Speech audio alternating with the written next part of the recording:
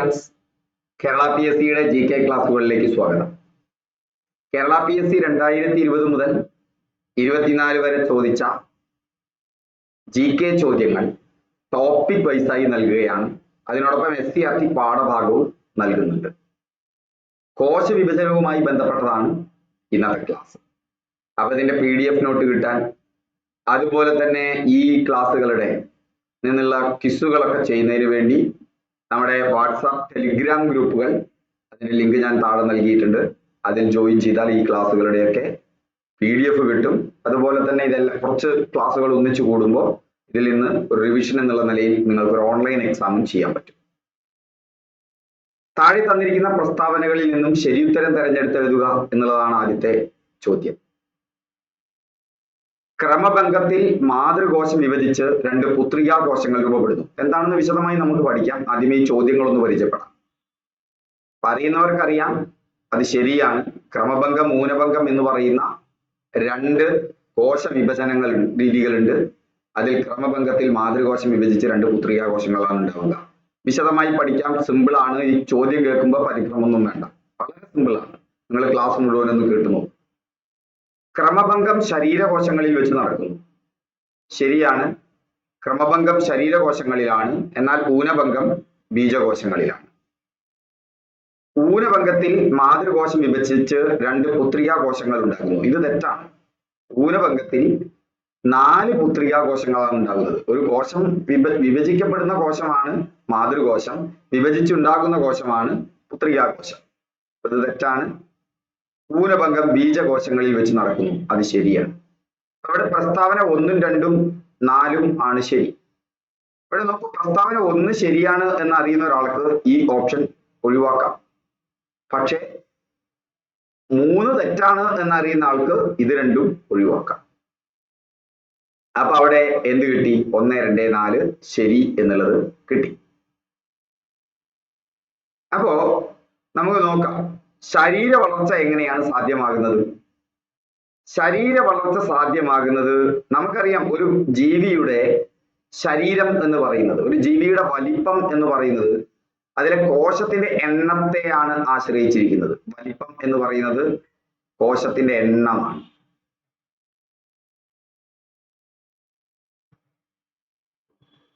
ഇപ്പൊ ശരീര വളർച്ച സാധ്യമാകുന്നത് എങ്ങനെയാണ്?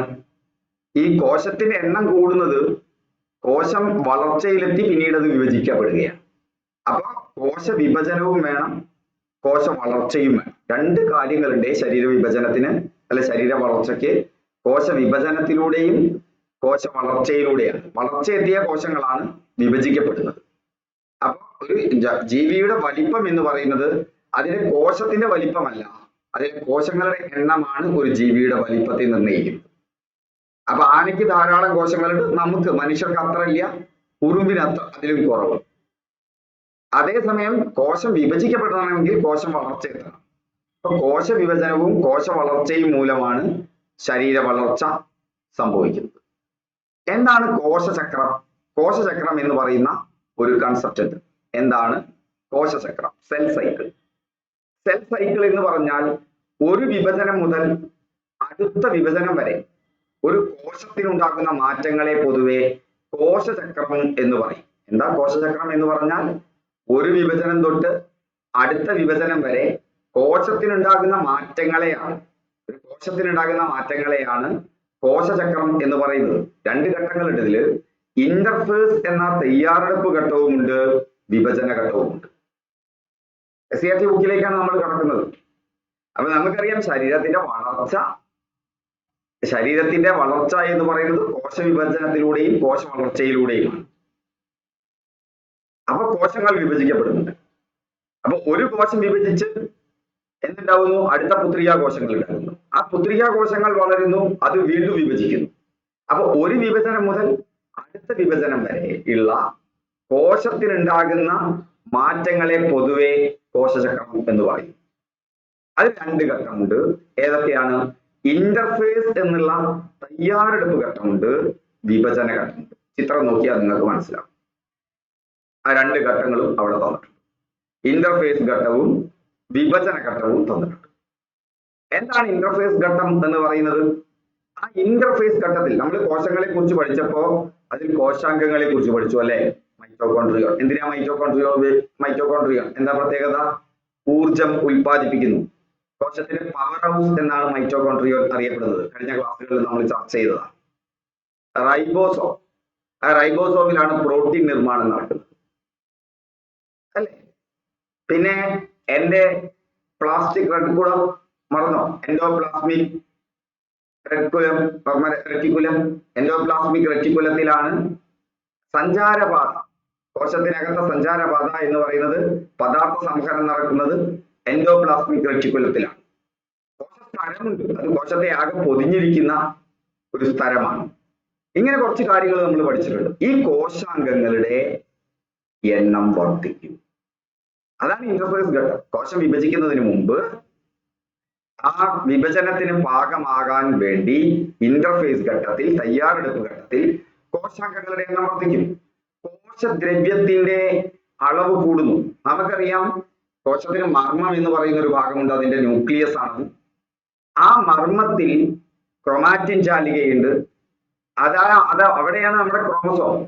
ആ ക്രോമാറ്റിൻ ജാലികയാണ് നമ്മുടെ ക്രോമസോം അല്ലെ ഉൾക്കൊള്ളുന്നത്. അതായത് ആ ക്രോമാറ്റിൻ ജാലികയിൽ അവിടെ ക്രോമസോം ഉണ്ട്. ആ ക്രോമസോമുകൾ അല്ലെങ്കിൽ അതിന്റെ ജനിതക വസ്തു, ആ ജനിതക വസ്തുവാണ് നമ്മുടെ ജനിതക ഘടനയെ നിശ്ചയിക്കുന്നത്. ആ കോശദ്രവ്യത്തിന്റെ അളവ് കൂടുന്നതിനോടൊപ്പം തന്നെ ഇവിടെ കോശദ്രവ്യത്തിന്റെ അളവാണ് കേട്ടോ കൂടുന്നത്. മർമ്മത്തെ കുറിച്ചിട്ടല്ല ഞാൻ പറഞ്ഞത്, കോശദ്രവ്യത്തിന്റെ അളവ്. ഇന്റർഫേസ് ഘട്ടത്തിൽ കോശദ്രവ്യത്തിന്റെ അളവ് കൂടുന്നു, ജനിതക വസ്തു ഇരട്ടിക്കുന്നു എന്നുണ്ട്. അത് ഈ ക്രോമാറ്റിൻ ജാലിക, ആ ക്രോമാറ്റിൻ ജാലിക ക്രോമസോമായി മാറി, പിന്നീട് ആ ക്രോമസോമുകൾ ക്രോമാറ്റോമായി മാറി അത് ഇരട്ടിക്കുന്നു. അപ്പൊ അത് നടക്കുന്നു. കോശദ്രവ്യത്തിന്റെ അളവ് കൂടുന്നു. ഇത് കഴിഞ്ഞ ക്ലാസ്സിൽ പോയി കഴിഞ്ഞാൽ അത് ക്ലിയർ ആയി നിങ്ങൾക്ക് മനസ്സിലാവും. കോശദ്രവ്യം എന്ന് പറഞ്ഞാൽ കോശസ്തരത്തിനകത്ത് മർമ്മത്തിനകത്തുള്ളത് ഒഴികെയുള്ള ഒന്നിനെയാണ് കോശദ്രവ്യം എന്ന് പറയുന്നത്. മർമ്മത്തിനകത്തുള്ളത് മർമ്മദ്രവ്യം, കോശത്തിന് അകത്ത് മർമ്മദ്രവ്യം ഒഴികെയുള്ളത് കോശദ്രവ്യം. കോശദ്രവ്യവും മർമ്മദ്രവ്യവും കൂടി കഴിഞ്ഞാൽ ജീവദ്രവ്യം അല്ലെ? അപ്പൊ ഇവിടെ കോശദ്രവ്യത്തിന്റെ അളവ് കൂടും, കോശ വലിപ്പം കൂടും, കോശത്തിന്റെ വലിപ്പം. അപ്പൊ എന്തെല്ലാമാണ് ഇന്റർഫേസ് ഘട്ടത്തിൽ നടക്കുന്നത്? കോശാംഗങ്ങളുടെ എണ്ണം കൂടുന്നുണ്ട്, കോശദ്രവ്യത്തിന്റെ അളവ് കൂടുന്നുണ്ട്, കോശ വലിപ്പം കൂടുന്നുണ്ട്, ജനിതക വസ്തു ഇരട്ടിക്കുന്നുണ്ട്. ഇപ്പൊ കോശം രണ്ടാവാനുള്ള പാകത്തിലായി. കാരണം 46 ക്രോമസോമാണ് മനുഷ്യ ശരീരത്തിലുള്ളത്. അപ്പൊ ജനിതക വസ്തു ഇരട്ടിച്ചു എന്ന് പറഞ്ഞാൽ 46 46 92 അപ്പൊ ഇനി ഉണ്ടാവാൻ പോകുന്ന കോശങ്ങൾക്ക് 2 46 കൊടുക്കാനുള്ള ശേഷിയായി മാറി. ഇനി വിഭജന ഘട്ടത്തിൽ ന്യൂക്ലിയസ് ആദ്യം വിഭജിക്കും. ആ ന്യൂക്ലിയസ് ആണ് ആദ്യം വിഭജിക്കുന്നത്. പിന്നെ കോശദ്രവ്യവും വിഭജിച്ച് വിഭജന ഘട്ടവും പൂർത്തിയാക്കും. ഇതാണ് കോശചക്രം എന്ന് പറയുന്നത്. അപ്പൊ കോശചക്രത്തിന് ഇന്റർഫേസ് ഘട്ടമുണ്ട്, വിഭജന ഘട്ടവും. ഇന്റർഫേസ് ഘട്ടത്തിൽ കോശാംഗങ്ങളുടെ എണ്ണം വർദ്ധിക്കുന്നു, കോശദ്രവ്യത്തിന്റെ അളവ് കൂടുന്നു, കോശ വലിപ്പം കൂടുന്നു, ജനിതക വസ്തു ഇരട്ടിക്കുന്നു. വിഭജന ഘട്ടത്തിൽ ന്യൂക്ലിയസ് വിഭജിക്കപ്പെടുന്നു, അതിനുശേഷം കോശദ്രവ്യവും വിഭജിക്കപ്പെടുന്നു. എത്ര സിമ്പിൾ ആണ് ഓർത്തു വയ്ക്കാൻ. അപ്പൊ ഒരു കോശം പൂർണ്ണ വളർച്ചയെത്തിയ കോശമായി മാറുന്നത് ഇന്റർഫേസിലാണ്. ശ്രദ്ധിക്കുക, നമ്മൾ പറഞ്ഞു കോശചക്രം എന്ന് പറഞ്ഞാൽ ഒരു വിഭജനം മുതൽ അടുത്ത വിഭജനം വരെയുള്ള ഒരു കോശത്തിന്റെ കാലഘട്ടമാണ്. അതിൽ ആദ്യത്തെ ഘട്ടം ഇന്റർഫേസ് എന്ന് പറയുന്നത് കോശം പൂർണ്ണ വളർച്ചയെത്തുന്ന ഘട്ടമാണ്. പൂർണ്ണ വളർച്ചയെത്തിയ കോശമാണ് വിഭജന ഘട്ടത്തിലൂടെ പുത്രികാ കോശമായിട്ട് മാറുന്നത്. അതിന് 2 ഘട്ടം, ഇന്റർഫേസ്, വിഭജന ഘട്ടം എന്നിവ ചാക്രികമായി ആവർത്തിക്കപ്പെടുന്നതിനാൽ 2 കൂടി ഉൾപ്പെടുത്തി കോശചക്രം എന്ന് പറയുന്നു. അതായത് അവിടെ ഇതിങ്ങനെ ആവർത്തിക്കപ്പെടും. അതായത് എ എന്നുള്ള കോശം അത് പൂർണ്ണ വളർച്ചയെത്തി, ഇന്റർഫേസ് ഘട്ടം കഴിഞ്ഞു. പിന്നീട് എയുടെ ന്യൂക്ലിയസ് വിഭജിക്കപ്പെടുന്നു, എയുടെ കോശദ്രവ്യം വിഭജിക്കപ്പെടുന്നു. അങ്ങനെ ബി സി എന്ന് പറയുന്ന 2 എന്തായിട്ട് മാറുന്നു എന്ന് വിചാരിക്കുക, കോശങ്ങളായിട്ട് മാറുന്നു എന്ന് വിചാരിക്കുക. എ വിഭജിച്ച് ബിയും സിയുമായിട്ട് മാറും. ഇനി വീണ്ടും ബി വിഭജിക്കപ്പെടും, സിയും വിഭജിക്കപ്പെടും. ഇങ്ങനെയാണ് ഇത് പോകുന്നത്. അപ്പൊ ബി വിഭജിക്കപ്പെടുമ്പോൾ അതിനൊരു ഇന്റർഫേസ് ഘട്ടമുണ്ട്. അതിൽ കോശാംഗങ്ങളുടെ എണ്ണം കൂടുന്നു, അതിൽ കോശദ്രവ്യത്തിന്റെ അളവ് കൂടുന്നു. ഓക്കെ, അതിലെ ജനിതക ദ്രവ്യം ഇരട്ടിക്കുന്നു, കോശം വലിപ്പം വെക്കുന്നു, എന്നിട്ട് വീണ്ടും അത് ഇരട്ടിക്കുന്നു. ഇത് ചാക്രികമായി ഒരു സൈക്കിൾ പോലെ ആവർത്തിക്കപ്പെടുന്നു. അതുകൊണ്ട് ഇത് രണ്ടും കൂടി ഉൾപ്പെടുത്തി, ഈ ഇന്റർഫേസും വിഭജന ഘട്ടവും ഉൾപ്പെടുത്തി കോശചക്രം എന്ന് പറയും. അപ്പൊ കോശ വിഭജനവും കോശ വളർച്ചയുമാണ് ശരീര വളർച്ച സാധ്യമാക്കുന്നത്. എന്താണ് ഇന്റർഫേസ്? അല്ലെ, ഒരു കോശം പൂർണ്ണ വളർച്ചയെത്തുന്ന ഘട്ടമാണ്, കോശ വിഭജനത്തിനായി തയ്യാറെടുക്കുന്ന ഘട്ടമാണ്.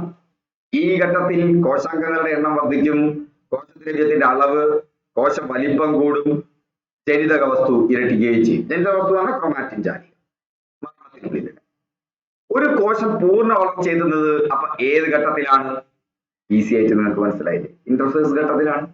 ഒരു കോശം പൂർണ്ണ വളർച്ചയെത്തുന്നത് ഇന്റർഫേസ് ഘട്ടത്തിലാണ്. ചുവടെ കൊടുത്തിരിക്കുന്നത് ഇന്റർഫേസ് ഘട്ടത്തിൽ നടക്കുന്ന പ്രധാന മാറ്റങ്ങൾ തിരഞ്ഞെടുക്കുക. ഇന്റർഫേസ് ഘട്ടങ്ങളിൽ കോശം വളർച്ച പ്രാപിക്കുന്ന ഘട്ടമാണ്. കോശാംഗങ്ങളുടെ എണ്ണം വർദ്ധിക്കുന്നു, ശരിയാണല്ലോ. കോശദ്രവ്യത്തിന്റെ അളവ് കൂടുന്നു, ശരിയാണല്ലോ. കോശ വലിപ്പം കൂടുന്നു, ശരിയാണല്ലോ. ജനിതക വസ്തു ഇരട്ടിക്കുന്നു. അപ്പൊ എന്താ? എല്ലാം ശരിയാണ്.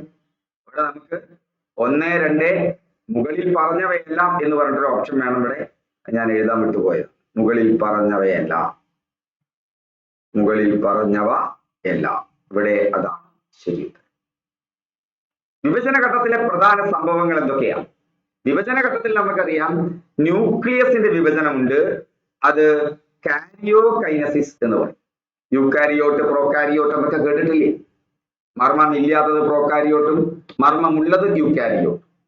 കാരിയോ മർമ്മം, അവിടെ ന്യൂക്ലിയസിനെയാണല്ലോ. മർമ്മം ഇല്ലാത്തത് പ്രോകാരിയോട്ടും മർമ്മമുള്ളത് യൂക്കാരിയോട്ടും. പ്രോകാരിയോട്ട്, പ്രോ എന്ന് പറയുന്നത് എപ്പോഴും എന്താ? മുന്നുള്ളത് അല്ലെ. അപ്പൊ അവിടെ നമുക്കറിയാം പ്രൊകാരിയോട്ട്, അവിടെ കാരിയോ എന്നുണ്ട്, അത് ഓർത്തു വെച്ചാൽ മതി. ആ ന്യൂക്ലിയസ് ആണ്. കാരിയോ കൈനസിസ്, വിഭജനത്തിന് അവിടെ പറയുന്നത് കൈനസിസ് ആണ് എന്ന് വിചാരിക്കുക.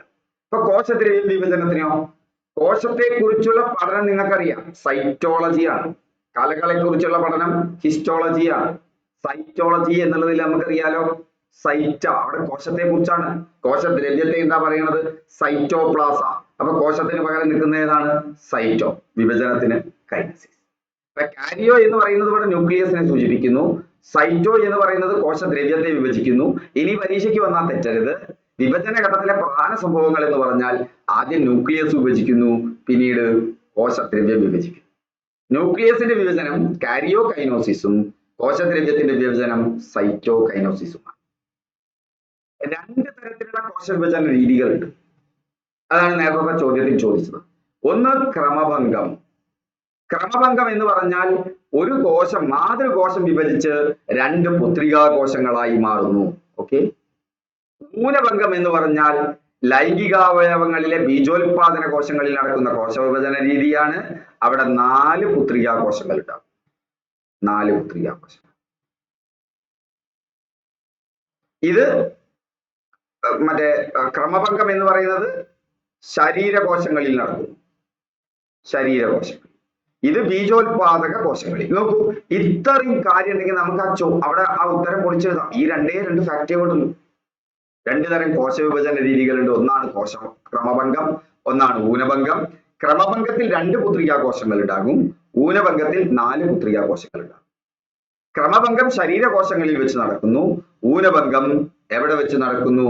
ഊനഭംഗം ബീജോത്പാദക കോശങ്ങളിൽ നടക്കുന്നു, ലൈംഗികാവയവങ്ങളിലെ ബീജോത്പാദക കോശങ്ങളിൽ. ഞാൻ ചോദ്യത്തിലേക്ക് ഒന്ന് പോയി നോക്കൂ. ക്രമഭംഗത്തിൽ മാതൃകോശം വിഭജിച്ച് 2 പുത്രികാ കോശങ്ങൾ ഉണ്ടാകുന്നു. ക്രമഭംഗം ശരീരകോശങ്ങളിൽ വെച്ചാണ് നടക്കുന്നത്. ഊനഭംഗം മാതൃകോശത്തിൽ വിഭജിച്ച് 2 പുത്രികാ കോശങ്ങൾ രൂപപ്പെടുന്നു. തെറ്റ്. ഇപ്പൊ നമുക്ക് മനസ്സിലായി, 1 ശരിയും 4 തെറ്റുമാണ്. ഇത് വെച്ച് നമുക്ക് നോക്കിയാൽ നോക്കൂ, 1 തെറ്റാണ്, അല്ല 1 ശരിയും 3 തെറ്റുമാണ്. 3 അല്ലേ, 4ാമത്തെ ശരിയാണ് കേട്ടോ, 3ാമത്തെ തെറ്റ്. അപ്പൊ ഇത് തെറ്റാണ്, കാരണം ഇതിൽ 3 ശരിയാണെന്ന് എഴുതിയിട്ടുണ്ട്. ഇത് തെറ്റാണ്, ഇതിൽ 3 ശരിയെന്ന് എഴുതിയിട്ടുണ്ട്. ഇത് തെറ്റാണ്, അതിൽ 1 ഉൾപ്പെടുത്തിയിട്ടില്ല. അതുകൊണ്ട് 1, 2, 4 ആണ് ശരി. ഊനഭംഗം ബീജകോശങ്ങളിൽ വെച്ചാണ് നടക്കുകയും ചെയ്തത്. എത്ര സിമ്പിൾ ആയ ഒരു കൺസെപ്റ്റ്. നമുക്ക് കിട്ടിക്കഴിഞ്ഞാൽ നമുക്ക് ഈ മാർക്ക് പോരില്ലേ, പരീക്ഷയ്ക്ക് ചോദിച്ചിട്ടുമുണ്ട്. അപ്പൊ നമ്മൾ പല ഭാഗങ്ങളും മാറ്റിവെക്കും, ബയോളജി മാറ്റിവെക്കും, അതിന്റെ ഒന്നും ആവശ്യമില്ല. ക്രമഭംഗത്തിന് മൈറ്റോസിസ് എന്ന് പറയും. ക്രമഭംഗം എന്ന് പറഞ്ഞാൽ ശരീര വളർച്ചയെ സഹായിക്കുന്ന കോശവിഭജന രീതിയാണ്. ഊനഭംഗം നമ്മുടെ പുംബീജവും അണ്ഡവും ഉണ്ടാകുന്ന പ്രക്രിയയാണ്. ഓക്കെ, പ്രത്യുൽപാദനത്തിന് സഹായകമായ ഒന്നാണ്. അതേസമയം ക്രമഭംഗം ശരീര വളർച്ചയെ സഹായിക്കുന്ന കോശവിഭജന രീതിയാണ്. ക്രമഭംഗത്തിൽ ഒരു മാതൃകോശം വിഭജിക്കപ്പെടുന്നു. എന്നിട്ട് എത്ര പുത്രികാകോശങ്ങൾ ഉണ്ടാകുന്നു? 2 പുത്രികാകോശങ്ങൾ ഉണ്ടാകുന്നു. പക്ഷേ ക്രോമസോം സംഖ്യയ്ക്ക് മാറ്റം വരുന്നില്ല. എന്താ മനുഷ്യന്റെ ക്രോമസോം സംഖ്യ? 40. ജന്തു ശരീരത്തിലുള്ള കോശവിഭജനത്തെ കുറിച്ചാണ് നമ്മൾ പഠിക്കുന്നത്. മനുഷ്യന്റെ ക്രോമസോം സംഖ്യ എത്രയാണ്? 40. ക്രമഭംഗം വന്ന് 2 പുത്രികാകോശങ്ങൾ ഉണ്ടാകുമ്പോഴും അവിടെ 46. എങ്ങനെ 46 വന്നു? 23 അല്ലേ വരാൻ പറ്റുള്ളൂ. ഒരു കോശം വിഭജിച്ചിട്ടല്ലേ 2 പുത്രികാകോശങ്ങൾ ഉണ്ടാവുന്നുള്ളൂ. പക്ഷെ ഇന്റർഫേസ് ഘട്ടത്തിൽ നമുക്കറിയാം ജനിതക വസ്തു ക്രൊമാറ്റിൻ ജാലിക ഇരട്ടിക്കുന്നുണ്ട്.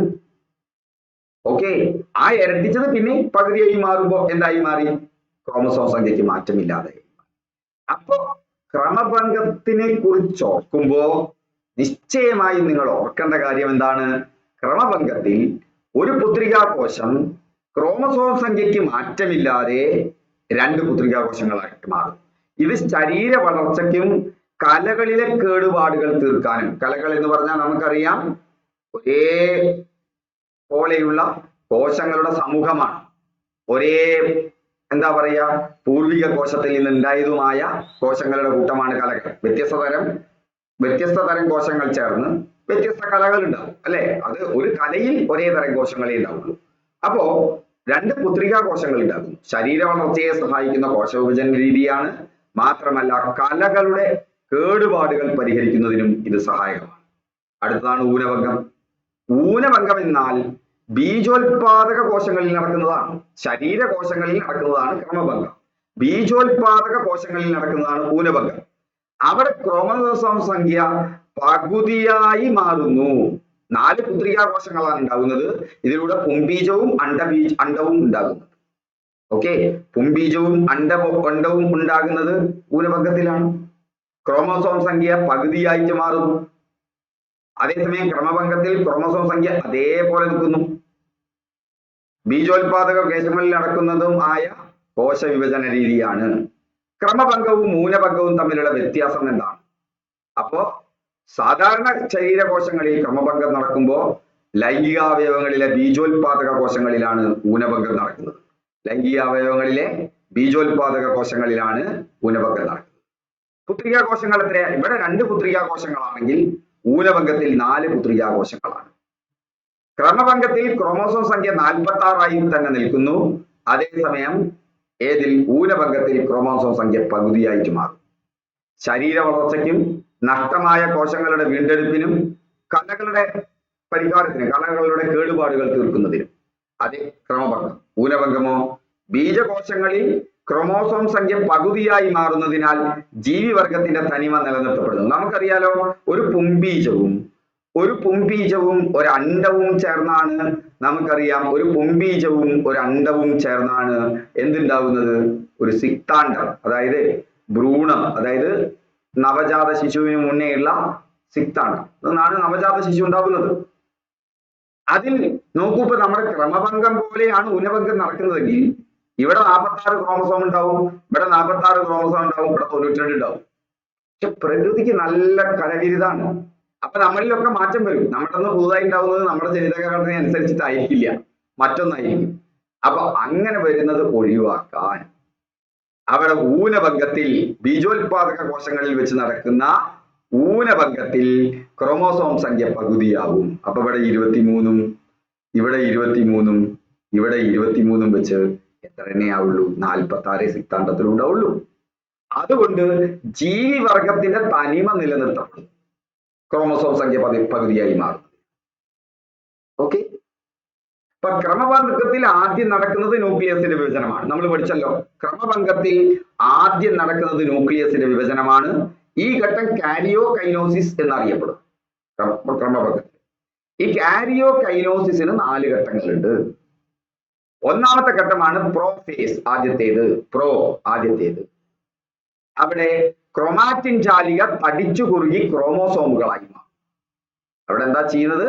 പ്രോഫേസിൽ ക്രോമാറ്റിൻ ജാലിക തടിച്ചു കുറുകി ക്രോമസോമുകളായിട്ട് മാറും. ക്രോമാറ്റിൻ ജാലികയാണ് ജനിതക വസ്തു. അത് എവിടെയാണ് കാണപ്പെടുന്നത്? മർമ്മത്തിൽ. അപ്പോ ന്യൂക്ലിയസിന്റെ വിഭജന ഘട്ടത്തിൽ ക്രോമാറ്റിൻ ജാലിക തടിച്ചു കുറുകി എന്തായി മാറുന്നു? ക്രോമസോമുകളായി മാറുന്നു. അതാണ് പ്രൊഫേസ്. രണ്ടാമത്തെ ഘട്ടം എന്താണ്? ആ ക്രോമസോമുകൾ മധ്യഭാഗത്തായി ക്രമീകരിക്കപ്പെടുന്നു. ആ ക്രോമസോമുകൾ എന്തായി മാറുന്നു? കണ്ടോ? ആദ്യം ഇത് എന്ത് ചെയ്യുന്നു? ഇരട്ടിക്കുന്നു. ക്രോമാറ്റിൻ ജാലിക എന്ത് ചെയ്യുന്നു? തടിച്ചു കുറുകി ക്രോമസോമായിട്ട് മാറുന്നു. ആ ക്രോമസോമുകൾ കണ്ടു ഇവിടെ മധ്യഭാഗത്ത്, മധ്യം, മെറ്റ, മിഡിൽ, മെറ്റ, ഓർത്തു വെച്ചോളെ. മെറ്റാഫേസ്, പ്രോഫേസ് കഴിഞ്ഞു, മെറ്റാഫേസ്. മധ്യഭാഗത്തായിട്ട് ക്രമീകരിക്കപ്പെടുന്നു. ഇനി ക്രോമാറ്റിഡുകൾ, ഈ ക്രോമസോമുകൾ മധ്യഭാഗത്തായിട്ട് പോയതിനു ശേഷം ക്രോമാറ്റിഡുകൾ ജോഡി വേർപിരിഞ്ഞ് ഇരു ധ്രുവങ്ങളിലേക്ക് പോകുന്നു. ഇത് മധ്യഭാഗത്തായിട്ട് കേന്ദ്രീകരിക്കപ്പെട്ടു. മധ്യഭാഗത്തായിട്ട് കേന്ദ്രീകരിക്കപ്പെട്ടതിന് ശേഷം ജോഡി പിരിഞ്ഞ് ഇരു ധ്രുവങ്ങളിലേക്കുമായി പോയി. അതിനെയാണ് അനാഫേസ് എന്ന് പറയുന്നത്. അനാഫേസ്, അതാണ് അനാഫേസ്. അത് കഴിഞ്ഞോ ക്രോമസോമുകൾ ക്രോമാറ്റിൻ ജാലികയായി മാറുന്നു. വീണ്ടും ക്രോമസോമുകൾ എന്തായി മാറി? ക്രോമാറ്റിൻ ജാലികയായി മാറുന്നു. രണ്ട് പുത്രികാ ന്യൂക്ലിയസുകൾ രൂപപ്പെടുന്നു. രണ്ട് പുത്രികാ ന്യൂക്ലിയസുകൾ.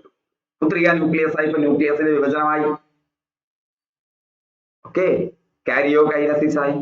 4 ഘട്ടം: പ്രോഫേസ്, മെറ്റാഫേസ്, അതുപോലെ തന്നെ അനാഫേസ്, ടീലോഫേസ്. അപ്പൊ എന്തൊക്കെയാണ് നടക്കുന്നത് 4 ഘട്ടത്തിൽ? പ്രോഫേസിൽ ക്രോമാറ്റിൻ ജാലിക തടിച്ചു കുറുകി ക്രോമസോമായി മാറുന്നു. മെറ്റാഫേസിൽ ക്രോമസോമുകൾ മധ്യഭാഗത്തായി കേന്ദ്രീകരിക്കപ്പെടുന്നു. അനാഫേസിൽ ക്രോമസോമുകൾ, ആ ക്രോമാറ്റിഡുകൾ ജോഡി വേർതിരിഞ്ഞ് ഇരുധ്രുവങ്ങളിലേക്കും പോകുന്നു. പിന്നീട് ടിലോഫേസിൽ ക്രോമസോമുകൾ ക്രോമാറ്റിൻ ജാലികയായി മാറും. അങ്ങനെ രണ്ട് പുത്രികാ ന്യൂക്ലിയസുകൾ രൂപപ്പെടും. ന്യൂക്ലിയസിന്റെ വിഭജനം നടക്കുന്ന ഘട്ടങ്ങൾ ഏതെല്ലാമാണ്? ന്യൂക്ലിയസിന്റെ വിഭജനം നടക്കുന്ന ഘട്ടങ്ങൾ പ്രോഫേസും, മെറ്റാഫേസും, അനാഫേസും, ടീലോഫേസുമാണ്. അല്ലെ? 4 ഘട്ടങ്ങളിലായിട്ടാണ് നടക്കുന്നത്. അതുകൊണ്ട് മുകളിൽ പറഞ്ഞവയെല്ലാം എന്നാണ് ശരി. ഇനി നമുക്ക് കാരിയോകൈനോസിസ് കഴിഞ്ഞാൽ സൈറ്റോകൈനോസിസ്. സൈറ്റോകൈനോസിസ് എന്ന് പറഞ്ഞാൽ കോശദ്രവ്യത്തിന്റെ വിഭജനം. കോശദ്രവ്യം കൂടി വിഭജിക്കുമ്പോൾ മാത്രമേ കോശ വിഭജനം പൂർത്തിയാകുന്നുള്ളൂ. കോശദ്രവ്യ വിഭജനമാണ് സൈറ്റോകൈനോസിസ് എന്ന് പറയുന്നത്. അപ്പൊ ഇവിടെ എന്താ നടക്കുന്നത്? പ്ലാസ്മ സ്തരം. ആ പ്ലാസ്മ സ്തരം കോശത്തിന്റെ മധ്യഭാഗത്ത് 2 ന്യൂക്ലിയസുകൾ ഉണ്ടായി. കാരിയോകൈനോസിസ് 2 പുത്രികാ ന്യൂക്ലിയസ് ഉണ്ടായി.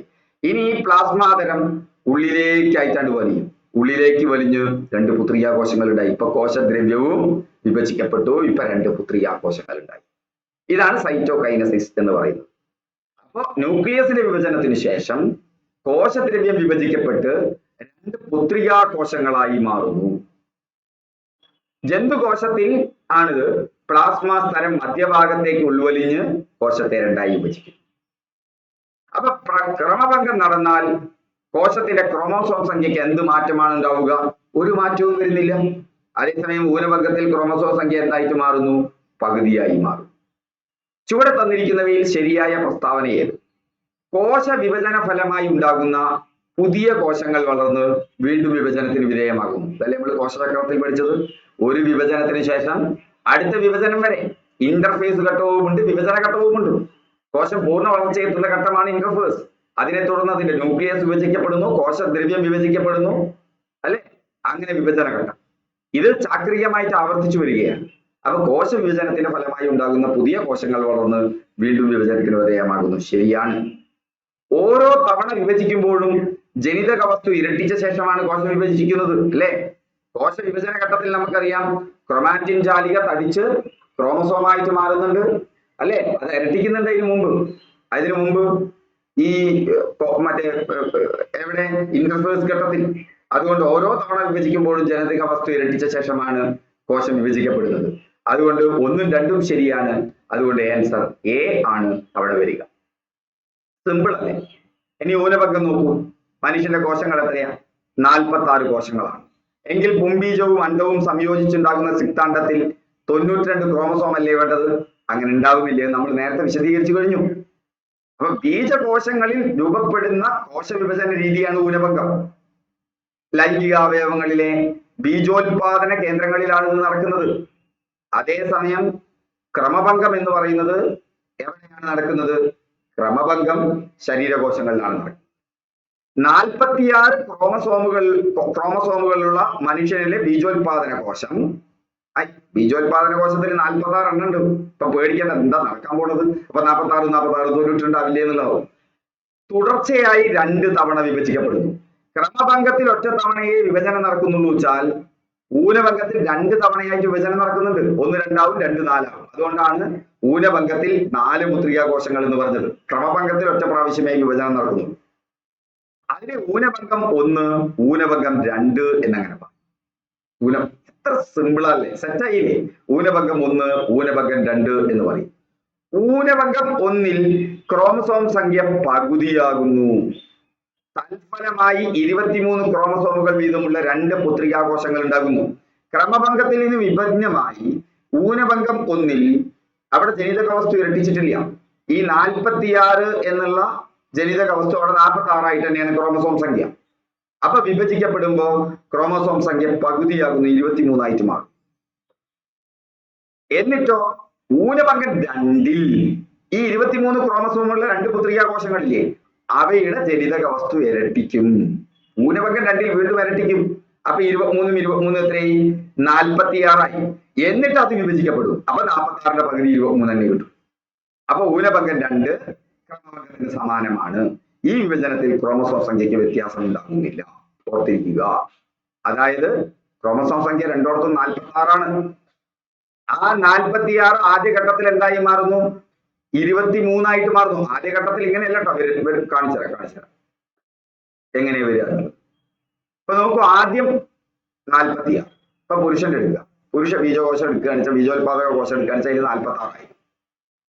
ഊനഭംഗം 1-ൽ അത് 2 പകുതിയായി. അവിടെ ക്രോമാറ്റിൻ ഇരട്ടിച്ചിട്ടില്ല. അതുകൊണ്ട് തന്നെ ആ 46 ഉള്ളത് 2 കൂട്ടർക്കും കൊടുത്ത് 23 ആയി. ഇനി രണ്ടാമത്തേൽ ഇരട്ടിക്കും, ഈ 23 46 ആയിട്ട് മാറും. എന്നിട്ട് പകുതിയും കൊടുക്കുമ്പോൾ ഓരോന്നിലും 23. ഫലത്തിൽ ഈ 46 എന്തായിട്ട് മാറി? 23 ആയി മാറി. അങ്ങനെ പുംബീജം ഉണ്ടായി. ഇതുപോലെ അണ്ഡവും ഉണ്ടായി. പക്ഷെ ബാക്കി 3 എണ്ണം ഉണ്ടല്ലോ, അത് പ്രത്യുൽപാദന ശേഷിയില്ലാത്ത ഈ 3 എണ്ണം നശിച്ചു പോകും. എവിടെ? സ്ത്രീകളുടെ സ്ത്രീകളുടെ ബീജ ഉൽപാദന കോശത്തിൽ. അങ്ങനെ അവിടെ ഒറ്റ ഒന്ന് തന്നെ, ഒരു അണ്ഡമേ ഉണ്ടാവുള്ളൂ. ഇവിടെ 4 പുംബീജങ്ങൾ ഉണ്ടാവും. ക്ലിയർ ആവുന്നുണ്ടല്ലോ? അപ്പോ വിഭജിക്കുന്ന അവിടെ നമുക്ക് മനസ്സിലാക്കേണ്ടത്, പുരുഷനിൽ ഊനഭംഗത്തിന്റെ ഫലമായി ബീജോത്പാദക കോശത്തിൽ 23 ക്രോമസോമുകളുള്ള 4 പുംബീജങ്ങൾ ഉണ്ടാകുന്നു. എന്നാൽ സ്ത്രീകളുടെ ഒരു ബീജോത്പാദക കോശത്തിൽ നിന്ന് ഒരണ്ഡം മാത്രമേ രൂപപ്പെടുന്നുള്ളൂ. ബാക്കി 3 എണ്ണത്തിനുള്ള പറയുന്ന പേരെന്താ? അതിന് ഉൽപാദന ശേഷി ഇല്ല, അല്ലെ? അതിന് പ്രത്യുൽപാദന ശേഷി ഇല്ലാത്തത് കൊണ്ട് അതിനെ പോളാർ ബോഡികൾ എന്നാണ് പറയുന്നത്. അതിനെയാണ് നമ്മൾ എന്തെന്ന് പറയുന്നത്? പോളാർ ബോഡികൾ എന്ന് പറയുന്നത്. ഓക്കെ, വിഭജിക്കുന്ന മാതൃകോശത്തിലുള്ള അത്ര തന്നെ ക്രോമസോമുകൾ പുതുതായി ഉണ്ടാകുന്ന പുത്രികാകോശങ്ങളിലും കാണപ്പെടാനുള്ള കാരണം മനസ്സിലായല്ലോ. 2-ലും 23 ആണ്, അണ്ഡത്തിലും 23 ആണ്. അതുപോലെ തന്നെ എന്തിലും മാതൃകോശത്തിലും 23 ആണ്. 23 കൂട്ടിയാൽ 46 ആണ്, അല്ലെ? അങ്ങനെയാണ്. എത്ര തലമുറകൾ കഴിഞ്ഞാലും ഇപ്പൊ മനുഷ്യന്റെ ക്രോമസോം സംഖ്യ എത്ര തന്നെയായിരിക്കും? 46 ആയിരിക്കും. ഊനഭംഗപരമായി ബീജകോശങ്ങളിലെ ക്രോമസോം സംഖ്യ ഊനഭംഗം 1-ൽ അത് പകുതിയാകുന്നതാണ് ഇതിന് കാരണം. അപ്പൊ കൊടുത്തിരിക്കുന്ന പ്രസ്താവനകളിൽ ശരിയായത് തെരഞ്ഞെടുത്തെഴുതുക. ശരീര വളർച്ചയെ സഹായിക്കുന്ന കോശ വിഭജന രീതിയാണ് ഊനഭംഗം. അല്ലേ? അവിടെ പുരുഷ ബീജവും അണ്ഡവും ഉണ്ടാകുന്ന പ്രക്രിയയാണ്. അതുകൊണ്ട് ഇത് തെറ്റാണ്. ക്രമഭംഗത്തിൽ ആദ്യം ന്യൂക്ലിയസിന്റെ വിഭജനം നടക്കുന്നു. അത് കാരിയോകൈനോസിസ് എന്നാണ് അറിയപ്പെടുന്നത്. ശരിയാണ്. മനുഷ്യന്റെ ക്രോമസോം സംഖ്യ 46 ആണ്. അതും ശരിയാണ്. കാരിയോകൈനോസിസ് 5 ഘട്ടങ്ങളിലായാണ് നടക്കുന്നത്. തെറ്റാണ്. 4 ഘട്ടം. ഒന്ന് പ്രോഫേസ്, അതിൽ ജനിതക വസ്തു ഇരട്ടിക്കുന്നു. രണ്ടാമത്തേത് ജനിതക വസ്തു എന്ത് ചെയ്യുന്നു? ജനിതക വസ്തു കുറുകി, അല്ലെ? അവിടെ പ്രോഫേസിൽ ജനിതക വസ്തു തടിച്ചു കുറുകി ക്രോമസോം ആയിട്ട് മാറുന്നു. ക്രോമസോമുകൾ ഇരട്ടിച്ചു കഴിഞ്ഞിട്ടുണ്ടാവും. എന്നിട്ടാണ് വിഭജന ഘട്ടം നടക്കുന്നത്. അപ്പൊ ഞാൻ ഇരട്ടിക്കുന്നു എന്ന് പറഞ്ഞത് ശരിയല്ല. ഈ ജനിതക വസ്തു തടിച്ചു കുറുകി ക്രോമസോമുകളായി മാറുന്നു. മെറ്റാഫേസ്, മിഡിൽ മെറ്റാഫേസ്, അതിൽ ക്രോമസോമുകൾ മധ്യഭാഗത്തായിട്ട് കേന്ദ്രീകരിക്കപ്പെടുന്നു. അനാഫേസ് 2 ധ്രുവങ്ങളിലേക്ക് ജോഡികളായി പിരിഞ്ഞു പോകുന്നു. ടിലോഫേസ് ക്രോമസോമുകൾ ക്രോമാറ്റിൻ ജാലികയായി മാറി 2 പുത്രിക ന്യൂക്ലിയസുകൾ ഉണ്ടാകുന്നു. ഇങ്ങനെ 4 ഘട്ടമാണ് എന്തിനുള്ളത്? ന്യൂക്ലിയസിന്റെ വിഭജനം അഥവാ കാരിയോകൈനോസിസിനുള്ളത്. ഇവിടെ 5 ഘട്ടം എന്നാണ് പറഞ്ഞിട്ടുള്ളത്. അതുകൊണ്ട് അത് തെറ്റാണ്. 5 ഘട്ടം എന്ന് പറഞ്ഞത് ശരിയല്ല, 4 ഘട്ടമേ. ക്ലിയർ ആവുന്നുണ്ടോ? ആ ഭാഗം സെറ്റായല്ലോ. അപ്പൊ ക്രമഭംഗവും മൂലഭംഗവും കയ്യിലായി പോയല്ലോ. അതുകൊണ്ട് ഇവിടെ നമുക്ക് എന്ത് പറയാൻ പറ്റും? ഇവിടെ എന്ത് മാത്രമാണ് ശരി? 2ഉം 3ഉം മാത്രമാണ് ശരി, 1ഉം 4ഉം തെറ്റാണ്. അതുകൊണ്ട് ഇവിടെ ആൻസർ 2, 3 എന്നുള്ളതാണ്. ന്യൂക്ലിയസിന്റെ വിഭജനത്തിൽ പുത്രികാ ക്രോമസോമുകൾ രൂപം കൊള്ളുന്ന ഘട്ടം. ന്യൂക്ലിയസിന്റെ പുത്രികാ ക്രോമസോമുകൾ എവിടെ ഉണ്ടാവുന്നത്? അനാഫേസ് അല്ലെ? നമുക്കറിയാം പ്രോഫേസിൽ ക്രോമാറ്റിൻ ജാലിക തടിച്ചു കുറുകി ക്രോമസോമുകളായി മാറുന്നു. മെറ്റാഫേസിൽ അത് മധ്യഭാഗത്ത് കേന്ദ്രീകരിക്കുന്നു. ടീലോഫേസിൽ അത് സോറി ട്ടോ, ഓക്കെ, ഒരു തെറ്റ് പറ്റിയിട്ടുണ്ട്. അനാഫേസ് ആണ്. ആദ്യം നടക്കുന്നത് എന്താ? പ്രോഫേസ്. അതിൽ ക്രോമാറ്റിൻ ജാലിക എന്ത് ചെയ്യുന്നു? തടിച്ചു കുറുകി ക്രോമസോമുകളായി മാറുന്നു. അങ്ങനെ ഉണ്ടാകുന്നവ മധ്യഭാഗത്തേക്ക് നീങ്ങുന്നു, മെറ്റാഫേസ്. അതിനുശേഷം അത് അത് എവിടേക്ക് മാറുന്നു? ധ്രുവപ്രദേശങ്ങളിലേക്ക് മാറുന്നു, ടീലോഫേസ്. അത് കഴിഞ്ഞ് അത് 2 പുത്രിക ന്യൂക്ലിയസുകൾ രൂപം കൊള്ളുന്നു, അനാഫേസ്. അതുകൊണ്ട് ഇവിടെ ശരി ഉത്തരം അനാഫേസ് ആണ്. ഒന്നും കൂടി കണ്ടുപഠിച്ചോളൂ. അത് ഉണ്ടാകുന്ന രൂപം എങ്ങനെയാണെന്ന് പഠിച്ചോളൂ. അപ്പൊ അവിടെ നിന്ന് ചോദ്യം വരാം. ചോദ്യം വരുമ്പോ നിങ്ങൾ നന്നായി ശ്രദ്ധിച്ചിരിക്കണം കേട്ടോ. സോറി, അനാഫേസ് അല്ല, ടീലോഫേസ് ആണ്. 2 പുത്രിക ന്യൂക്ലിയസുകൾ രൂപം കൊള്ളുന്നത് എന്റെ അടുത്ത് തെറ്റിയതാണ്, ടീലോഫേസിലാണ്. എനിക്കും തെറ്റുപറ്റിയിട്ടുണ്ട്, സോറി. പ്രോഫേസ്, മെറ്റാഫേസ്, അനാഫേസിലാണ് ക്രോമാറ്റിറ്റുകൾ ജോഡി വേർപിരിഞ്ഞ് 2 ധ്രുവങ്ങളിലാകുന്നത്. ഇവിടെ ടീലോഫേസ് ആണ്. ഏറ്റവും അവസാനത്തെ ഘട്ടമാണ് ടീലോഫേസ്. മാറിപ്പോകണ്ട, എനിക്കൊന്ന് മാറിപ്പോയി. ടീലോഫേസ് തന്നെയാണ് അത്, ടീലോഫേസ്. ഇവിടുത്തെ ശരി ഉത്തരം ടീലോഫേസ് ആണ്. LP സ്കൂൾ ടീച്ചറിന് ചോദിച്ചതാണ്. ഊനഭംഗം 2ൽ പുത്രികാ കോശങ്ങളിലെ ക്രോമസോം സംഖ്യയിൽ വരുന്ന മാറ്റം എന്ത്? ഊനഭംഗം 2ൽ ക്രോമസോം സംഖ്യയിൽ ഊനഭംഗം 1ൽ പകുതിയാകുന്നു. ഊനഭംഗം 1ൽ ആദ്യം ഈ 46 എന്നുള്ളത് 23ഉം 23ഉമായി മാറി. പിന്നീട് ഇരട്ടിക്കുന്നുണ്ട്. പിന്നെ വീണ്ടും വരുന്ന 2 ഒരു മാറ്റവും വരുന്നില്ല. അത് 23ഉം 23 തന്നെയാണ്. അങ്ങനെ മാറ്റം വരുന്നില്ല. ഊനഭംഗം 1ലാണ് പകുതിയാകുന്നത്. ഊനഭംഗം 1ൽ പകുതിയാകുന്നു. ഊനഭംഗം 2ൽ മാറ്റം വരുന്നില്ല. ഊനഭംഗം 2 ക്രമഭംഗത്തിന് തുല്യമാണ്. കോശ വിഭജന ഫലമായി ഉണ്ടാകുന്ന പുത്രികാ കോശങ്ങൾ വളർന്ന് വീണ്ടും വിഭജനത്തിന് വിധേയമാകുന്നു. ഓരോ തവണ വിഭജിക്കുമ്പോഴും ജനിതക വസ്തു ഇരട്ടിച്ചതിന് ശേഷമാണ് കോശം വിഭജിക്കുന്നത്. അതിനാൽ എത്ര തവണ കോശ വിഭജനം നടന്നാലും കോശത്തിലെ ക്രോമസോം സംഖ്യയ്ക്ക് മാറ്റം വരുന്നില്ല. ക്രമഭംഗം ഒരു നിയന്ത്രിത പ്രവർത്തനമാണ്. ഈ നിയന്ത്രിത പ്രവർത്തനത്തിന് തകരാറുകൾ സംഭവിച്ചാൽ എന്താ ഉണ്ടാവുക? ക്രമഭംഗം നിയന്ത്രിക്കപ്പെട്ടു പോകാൻ പെട്ടെന്ന് ഇങ്ങനെ കോശം വിഭജിച്ചു പോവില്ല. പക്ഷെ ഈ നിയന്ത്രണം വിട്ടു പോയാൽ എന്താ ഉണ്ടാവുക? കോശം അമിതമായി വിഭജിക്കും. അതുമൂലം ഉണ്ടാകുന്ന രോഗാവസ്ഥയാണ് ക്യാൻസർ. കലകളുടെ കേടുപാടുകൾ പരിഹരിക്കുന്നതും ശരീര വളർച്ച സാധ്യമാക്കുന്നതും ക്രമഭംഗത്തിലൂടെയാണ്. മനുഷ്യ വളർച്ചയിൽ നിങ്ങൾക്കറിയാമല്ലോ പല ഘട്ടങ്ങളുണ്ടെന്ന്. അതിലുള്ള സവിശേഷതകളുടെ ഘട്ടമാണ് കൗമാരം. 10 മുതൽ 19 വയസ്സ് വരെയാണ്. 20കളുടെ തുടക്കത്തിൽ തന്നെ ഒരു വ്യക്തിയുടെ വളർച്ച പൂർത്തിയായി. ശരീരം പിന്നെ വളരുന്നില്ല മക്കളെ. ശരീരം പിന്നെ വളരുന്നില്ല, പിന്നെ വാർദ്ധക്യമാണ്. അത് പ്രകടമാകാൻ കുറച്ച് കാലം പിടിക്കുന്നേ ഉള്ളൂ. 20 വയസ്സ് വരെയാണ് നമ്മുടെ വളർച്ച. അത് കഴിഞ്ഞാൽ പിന്നെ ശരീരം വളരുന്നില്ല, പിന്നീട് വാർദ്ധക്യമാണ്. അത് പ്രകടമാക്കാൻ കുറച്ച് കാലം പിടിക്കും. എന്തൊക്കെയാ വാർദ്ധക്യത്തിന്റെ സവിശേഷതകൾ അല്ലെ? കോശ വിഭജന നിരക്ക് കുറയും. വെറുതെയാണ് ആള് ചുറ്റിയും ചുളിഞ്ഞു ഇരിക്കുന്നത്. കോശത്തിലേക്കുള്ള ഓക്സിജന്റെ ലഭ്യത കുറയും. അപ്പൊ കോശ ശ്വസനം ഒന്നും വേണ്ടത്ര രീതിയിൽ നടക്കില്ല. ഊർജ്ജ സ്വതന്ത്രമാക്കപ്പെടുക. ചെറുപ്പക്കാർക്ക് അതാണ് ഇത്ര ഊർജം കൂടുതൽ. കോശങ്ങൾ കൂടുതലായി നശിക്കും. പേശികൾ ശുഷ്കിക്കും. ഊർജോൽപാദനം കുറയും. ഇന്ദ്രിയങ്ങളുടെ കാര്യക്ഷമത കുറയും. കണ്ണടക്ക വയ്ക്കാൻ തുടങ്ങിയില്ലേ? കോശ വിഭജന നിരക്ക് കുറയും. കോശത്തിലേക്കുള്ള ഓക്സിജന്റെ ലഭ്യത കുറയും. കോശങ്ങൾ കൂടുതലായി നശിക്കും. പേശികൾ ശുഷ്കിക്കുന്നു. ഊർജോൽപാദനം കുറയുന്നു. ഇന്ദ്രിയങ്ങളുടെ കാര്യക്ഷമത കുറയുന്നു. ഇത് വിചാരിച്ചിട്ട് ചുറ്റിഞ്ഞ് വയസ്സായി വിചാരിക്കേണ്ട. Age is just A number. മനോഭാവം വളരെ പ്രധാനമാണ്. ശരീരം എവിടെ കിടന്നോട്ടെ, അതൊക്കെ അവസാന ഘട്ടത്തിലല്ലേ. നോക്കൂ, പണ്ടൊക്കെ എന്റെ കാലഘട്ടത്തിലൊക്കെ ഒരു 50-55 വയസ്സുള്ളവരെ വയസ്സെന്നാ വിളിക്കുക. അങ്ങനെയൊക്കെയാണെങ്കിൽ പിന്നെ വയസ്സെന്ന് വിളിക്കേണ്ട കാലായി.